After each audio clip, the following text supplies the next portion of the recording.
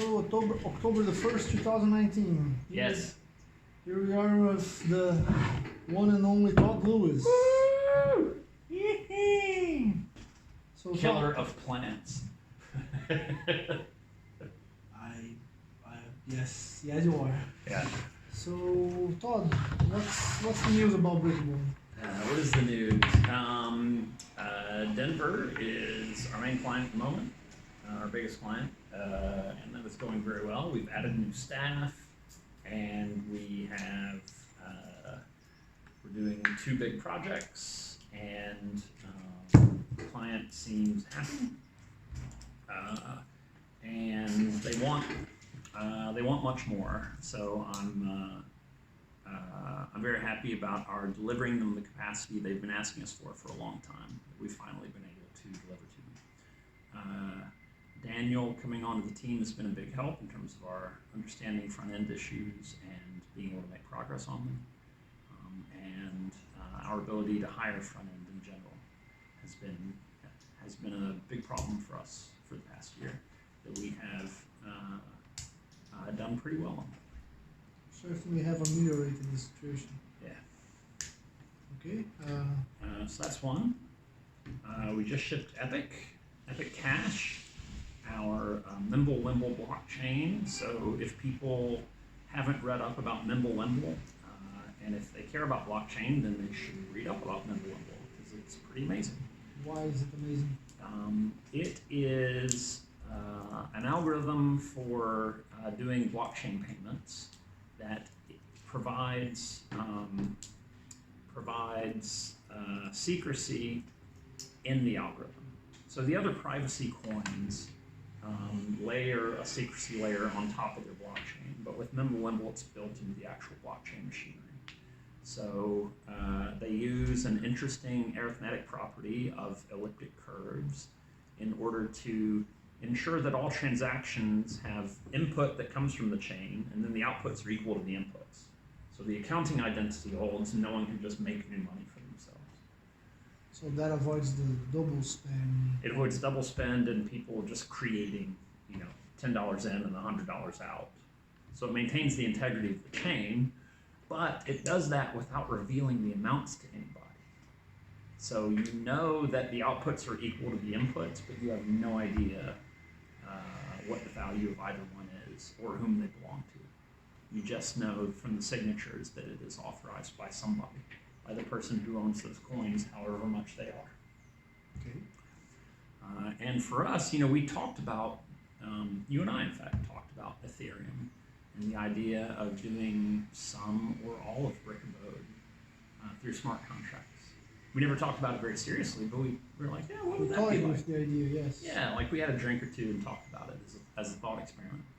And man, it doesn't work at all. It's quite hard. Yeah, because it's like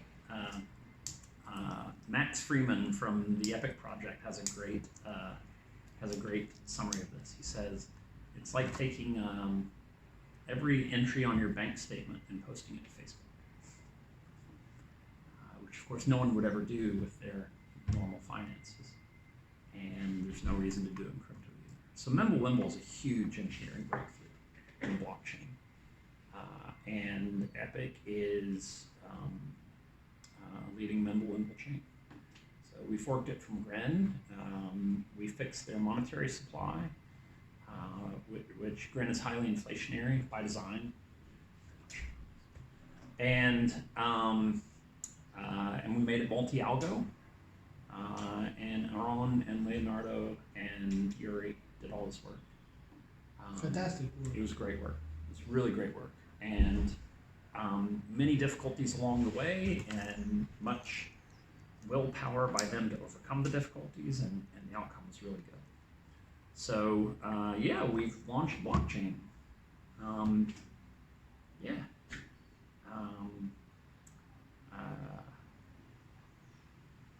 There are many fun stories from that night. But we launched the blockchain, and We did. and we built it in Rust, and we even did a Gherkin testing framework for it. With Rust. With Rust, yeah.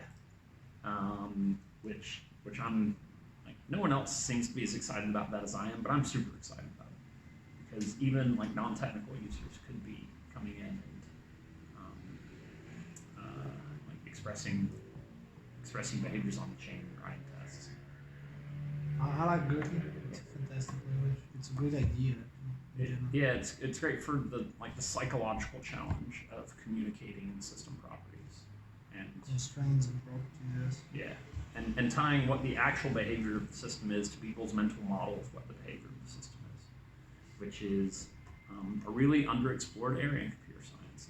You know, the traditional answer is you just write documentation and it goes out of date, and oh well, right? You need to try harder. Exactly. We don't have any answers, so put more effort into it. Gherkin is a structural solution to that. The system always behaves the way the Gherkin behavior is defined because it's a test, right? So you can actually see what the semantics are. In a language, there's more that's more amenable to. Yeah, I mean, from a technical point of view, Gherkin's kind of boring, right? Because as a programming language, it's really bad. But as a language accessible to non-technical users, it's really good, and that's the whole point. So that's my pet feature that I'm really happy about. But yeah, it's helpful for our franchise too. The fact that we can do Rust work, the fact that we can do significant crypto work, I think it's. Rust is not a trivial language to code in, as I've been told. Yeah, I mean, I've been positively surprised by Rust. I'm usually skeptical about new languages because I'm old, and most of the new languages I've seen turned out not to be much of anything. But Rust is shaping up to be something significant and very rare, which is an innovative systems language, and that doesn't happen very often. Hasn't happened for a long time. A few decades, in fact. C++ was probably the last truly innovative systems language that got any traction, sadly. I agree. But the notion of memory ownership and tracking that in the type system is a significant advance in Rust. I think so. Yeah. Compares very well with C++. Yeah, I mean, there's I agree. And blockchain. We have blockchain. What's the future there for Brickable? Blockchain and Brickable. Yeah, so I've talked to Max about our approaching other projects who have more cash to try to do collaborative kinds of things. I keep hoping we can find funding to do an F-star project or something like that. Right? I think blockchain is a perfect application of high assurance programming.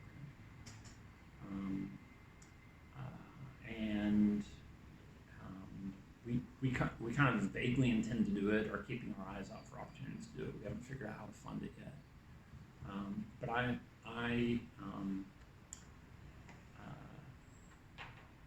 at the moment, we're continuing to work on that. And we will see what, if anything, comes up.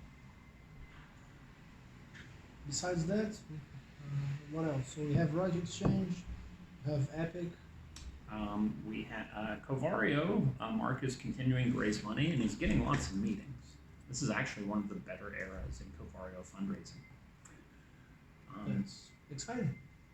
And surprising. But yes, exciting. A project which most assume at least paused, if not dead. It's absolutely paused. And it might be dead. If you can't raise any more money, it's dead. But if you can raise more money, it's not dead. So we did, I think, a fine job on that project. He had some investors who didn't come through the way that he had planned, and he was being very aggressive with his timelines, and it blew up on him. And I've asked myself a few times about what our attitude towards such examples should be, or such situations. And I think it's. I think there are two things. Number one, we should always try to advise clients responsibly, and we do. like in the Covario case, I specifically advised against the super fast, high risk execution because it was high risk of this kind of outcome, right? And he decided to do it anyway. And what is our role in cases like that? I think it's to give good advice. You know, I mean, it would have been much more in our own self-interest to just like take all the money, right, and let him do that thing and then have it blow up. That would have resulted in more money coming to Brick Boat. But we didn't advise him to do that. We advised him to be more conservative, and he didn't listen to us. He did the aggressive thing anyway, and it went. As it's his prerogative. Well, that's just the thing. It is his prerogative. It's between him and his investors. You know, they've entrusted him with the money, and that's their question of private governance, how they choose to run their company. It's not our business, and it's not our place to second guess that stuff. So, you know, if anything, we should have, like, if we were a public company, it might actually be, or if we had more aggressive investors, it might be more of a problem for us to advise clients to do the conservative thing, as opposed to just shoveling all their money to us. But we're not a public company, and Brick Boat's management is supportive of our caring about our clients' interest as a business strategy. So we can do that, and we do. And I think everyone should remember that, but also remember that there are limits, right? We should give good, responsible advice, and then if they're paying the bills, they make the decisions, and we should respect that. It's a matter of respect for people's autonomy, right? Exactly. Yeah. Because, you know, maybe they have insight that we don't. It's really not for us to say, it's for the market to say. Okay, how about the internal aspect of Brickable? You have several internal projects. We do. Say a word about those. Yeah, Themis is you know, something we've talked about for years, and I think our internal accounting flows are stable enough in terms of how the system works that I hope that we can put something together to start us down the path of automation. And the work on the architecture, the architecture as you're currently envisioning it is nicely extensible. So if we can just get the base system running, then my hope is that it can open the door to each of us when we see something that we want to operate differently, or we want a new feature, or we want an alternative. It's an open system where people can go in and we can be incrementally adding things we want. Or, you know, if you don't like the main way of clocking hours, well, like, implement an alternative syntax or whatever. That doesn't hurt anybody, right? But being an open platform in that way, so we can collaborate to reduce the cost to all of us of you know, doing the monthly contractor thing that we all do, and having that process go well, and also tying that to client deliveries, which isn't an immediate outcome, but is something longer term that I've long hoped we could do, where, like, phase one defines a set of project outcomes on a schedule, and as we deliver that through GitLab, you know, the reason we chose GitLab was because the API and the ability to hook it up to automation, that we could, you know, tie those things together, show the delivery all the way through to the client, tie that to bonuses, you know, for the client paying Brickabode the bonus, and then Brickabode paying the team the bonus. Like, all of those things ideally should be tied together, and it shouldn't be, you know, Whit, the boss, staying up till 2 a.m, you know, working spreadsheets and stuff.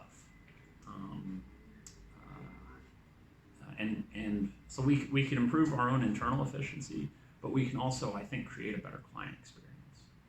You know, I'd like for clients to have the Themis app on their phone, and they have their projects, and they have the list of deliveries, and they click on one and see the status. And there's no real technical impediment to our doing that.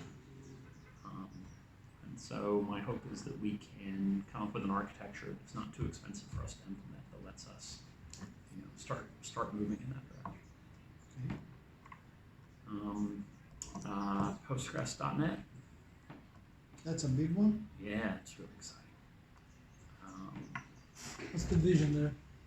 Um, I- it's a few things. Number one, I'd hope that it wouldn't be too expensive, and the team's been doing a fantastic job of getting it going quickly. And that makes the whole thing much easier, because it's not a paying project, right?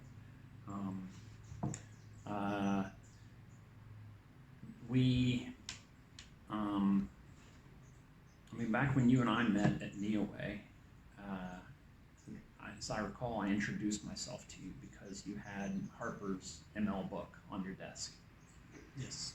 And I was like, you don't know me, but we're about to be best friends. Something along those lines. Yes. Yeah.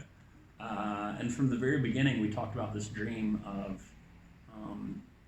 functional programming, not just for the sake of functionality, but also for like the importance of typing and being able to use it as a tool to do great software engineering. Not just functionality for its own sake, but functionality as a tool, one of several tools for creating great software. And we looked for a year and a half, 2 years for a web framework that could do this, because we were too dumb to notice that the second most popular web framework in the world did this. Yeah, we did. Yeah. I was dumb too. It was, yeah. And then we remembered that if you skip Java and go to item number 2 on the list, then it had everything we needed and then some. And F# and ASP and Fable and like the infinite pile of guns that is the .NET System Library, that I think has been going great. F#'s not Haskell,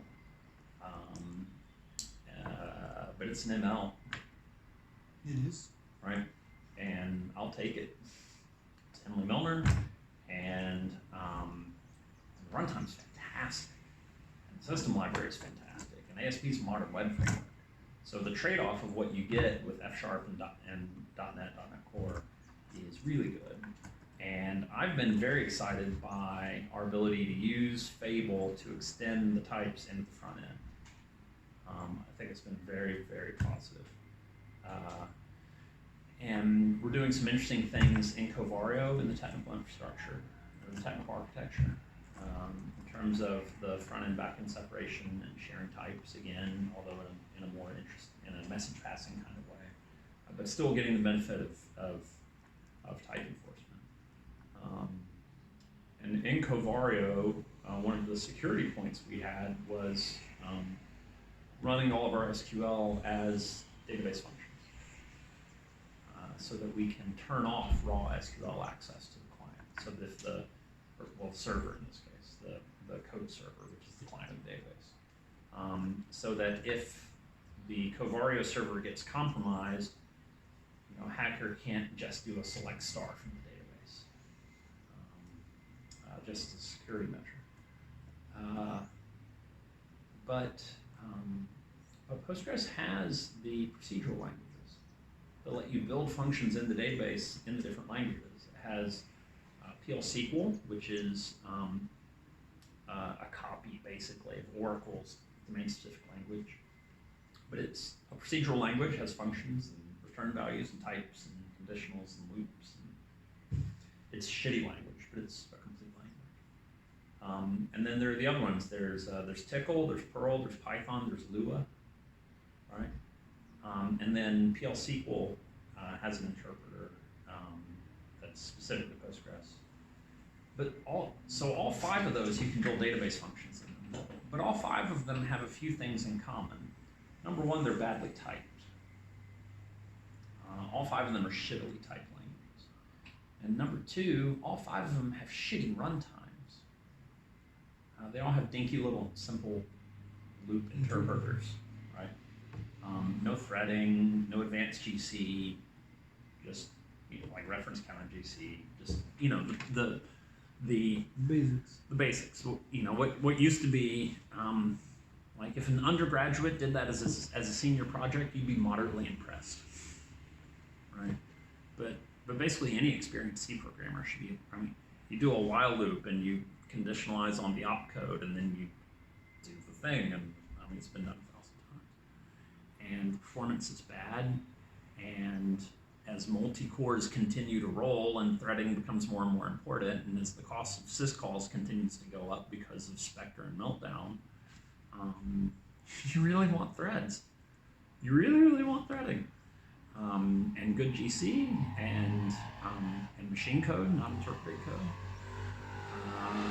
And .NET is a giant among pygmies compared to those languages.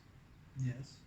An absolute giant compared to those little toys. And I like several of those languages. Tickle's historically interesting. Perl's awful, but it was my first language, so Sweet spot for it. yeah, like the tiny sliver of the universe's problems that Perl's the best for. It's amazing. And dear God, let's keep getting that smaller and smaller. I love Python. Lua I have a lot of respect for, but they're all toys. They're all toy languages. And .NET, .NET's interesting for a bunch of reasons. It's interesting for us because of our stack and our F# story, which is a story that I increasingly want to tell as part of our identity. Like, this is what we find important in computing. And the story of like functionality and how it brought us to .NET and why we think .NET is important, which I think is a very underreported story. Fits with our mission as well of commercializing computer science. Yes. Yeah, and not just so that computer science can be appreciated, but so that we can unlock the value in computer science to solve commercial problems. Because a lot of functional guys, I think, push on the rope there. They're like, this is amazing, we should find a way to make money at it, as opposed to, we can use this to make money. That's not quite the same thing, right? Strongly typed functional languages let you do better engineering. They let you do a better job of solving the world's problems, which means you can make more money. So I think it's useful from an identity perspective. It's useful from a marketing perspective. It's directly useful in our projects. But the even if it didn't have any of that, it would be worth doing just so that we had an answer to the question, who are you guys? Right? Because when someone asks, who are you guys, you have like 8 seconds to answer them. And it needs to be something that conveys your identity and is something they understand and is something not trivial. Something important in your mind. Something important. And we're the guys who did .NET in Postgres, or we're the guys who got C# and F# working in Postgres, or we're the guys who got F# working and the rest of .NET working in Postgres. For people who are for experienced technologists, they know what that means. And it's not a super hard project or anything. But do you know the joke about the 2 economists? No. 2 economists are walking down the street. This is a joke about the efficient market theorem. 2 economists are walking down the street, and one of them says, hey, look, $100 bill. And the other one says, no, it's not. If it were, someone would have picked it up already. When you're walking down the street and you see a $100 bill, pick it up. And that's what .NET on Postgres is for me, in my opinion, of what it represents. Because it's just not that expensive to do. And it gives us a great way to convey our identity and have the opening to talk about who we are and what we think is important. And you know, from there we can send people to the Covario white paper, which is being drafted, right? Or directly drive database business off of it, or whatever. Right? So I'm super excited about that one, because it lets us answer the question of who you are. Oh, we're a fintech shop, but you might know us from Postgres. from putting .NET on Postgres. And the last one that I know about is the web Several actually. Tell us about drawbridge. Tomorrow, I've been told, concrete is being poured into a form in my basement. This is our first concrete box. Hey. Yeah. And we are amateurs at this business of building concrete boxes and stuff. And I think that's okay. We have continued to iterate the drawbridge design and the construction methodology, which is an important part of the whole package. Drawbridge needs to be buildable by normal people. It's not enough to just open source the design if the design can only be built by PhDs. And so we had some practical problems to solve with the construction. Specifically, how to get the steel liner, how to get the top of it aligned to the top of the concrete box, which we need it aligned to different levels depending on whether there's a radio seal in there or whether it itself is a radio seal. So we solved it by flipping the box upside down, and then the liner sits on a wooden base, and then the concrete is poured, and then that establishes that they're both at the identical level, right? And solves the alignment problem. If on the top of the steel liner we put a thin plastic lining, and we do that, we pour the concrete, and then we take the plastic lining off, then the steel is 0.3 millimeters below the concrete. Right? We can play those kinds of games to regulate the gap between the top of the concrete, which needs to bear the weight of the closure, and where the steel is.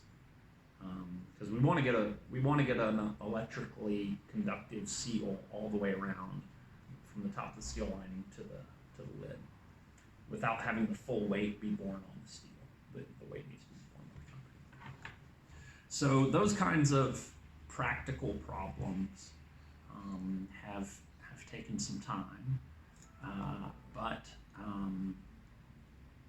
we have an approach which I think can be built by motivated amateurs. And we had a party, we drank the Caprioscas out of the concrete mixer. The concrete mixer can be used, and the concrete mixer is being used. We improved the steel lining as well. I'm really not gonna give you like 50 supplements. This is gonna be my last one. But we had just been simply welding the concrete liner in the design. What we did instead was we switched it to a dovetail design. In wood construction, you do this a lot. You cut the pieces and then you interlock them, so that structurally, because if you just glue one piece of wood to the other, then the glue has to bear the structural load. So if it gets hit from the side, it can break the glue. But if you interlock the pieces, then the structural strength of the wood is what results in the resistance to lateral pressure. And so we can do the same thing with steel lining. And the reason we can do that is it's steel cut, it's laser cut. So we can actually make it arbitrarily shaped. But even if you were doing this with hand tools, it's not that hard to take an angle grinder and just grind out a few grooves in the steel to make the interlocking design.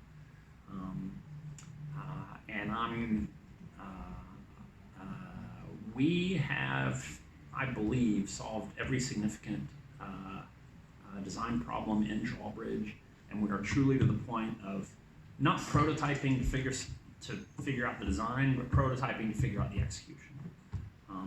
And I'm really hopeful that we're going to have the Drawbridge Mark I in the office, holding Denver's DNSSEC keys securely.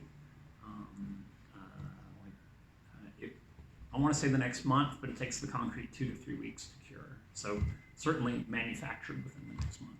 Might be another month before the concrete is dry enough for us to actually. Okay, something else. WebGL.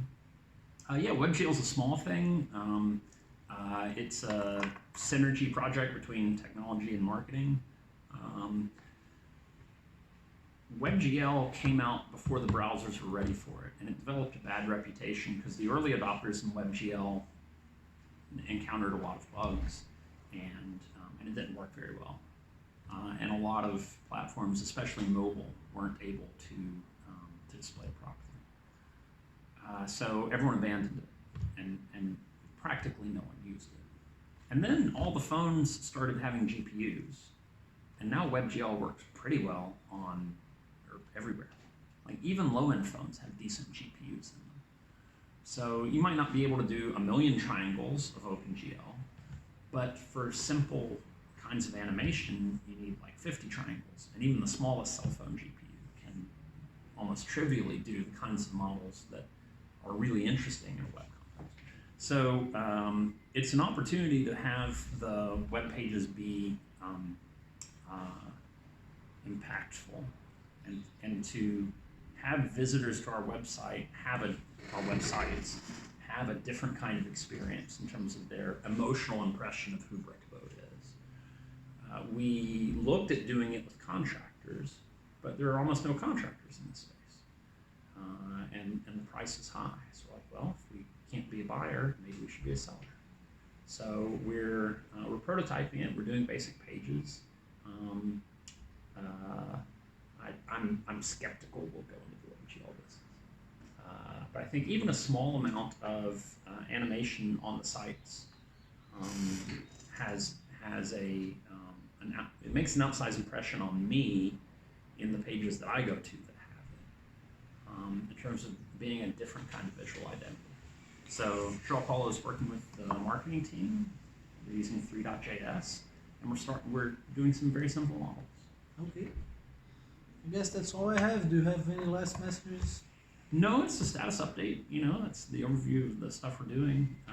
But I'm excited to do these, so maybe we can do more and talk about other aspects than just what everybody's working on. Boring, bureaucratic stuff. Well, I don't know. It's boring. I mean, I found it exciting. Okay. Thanks, folks. Thank See you guys. Todd.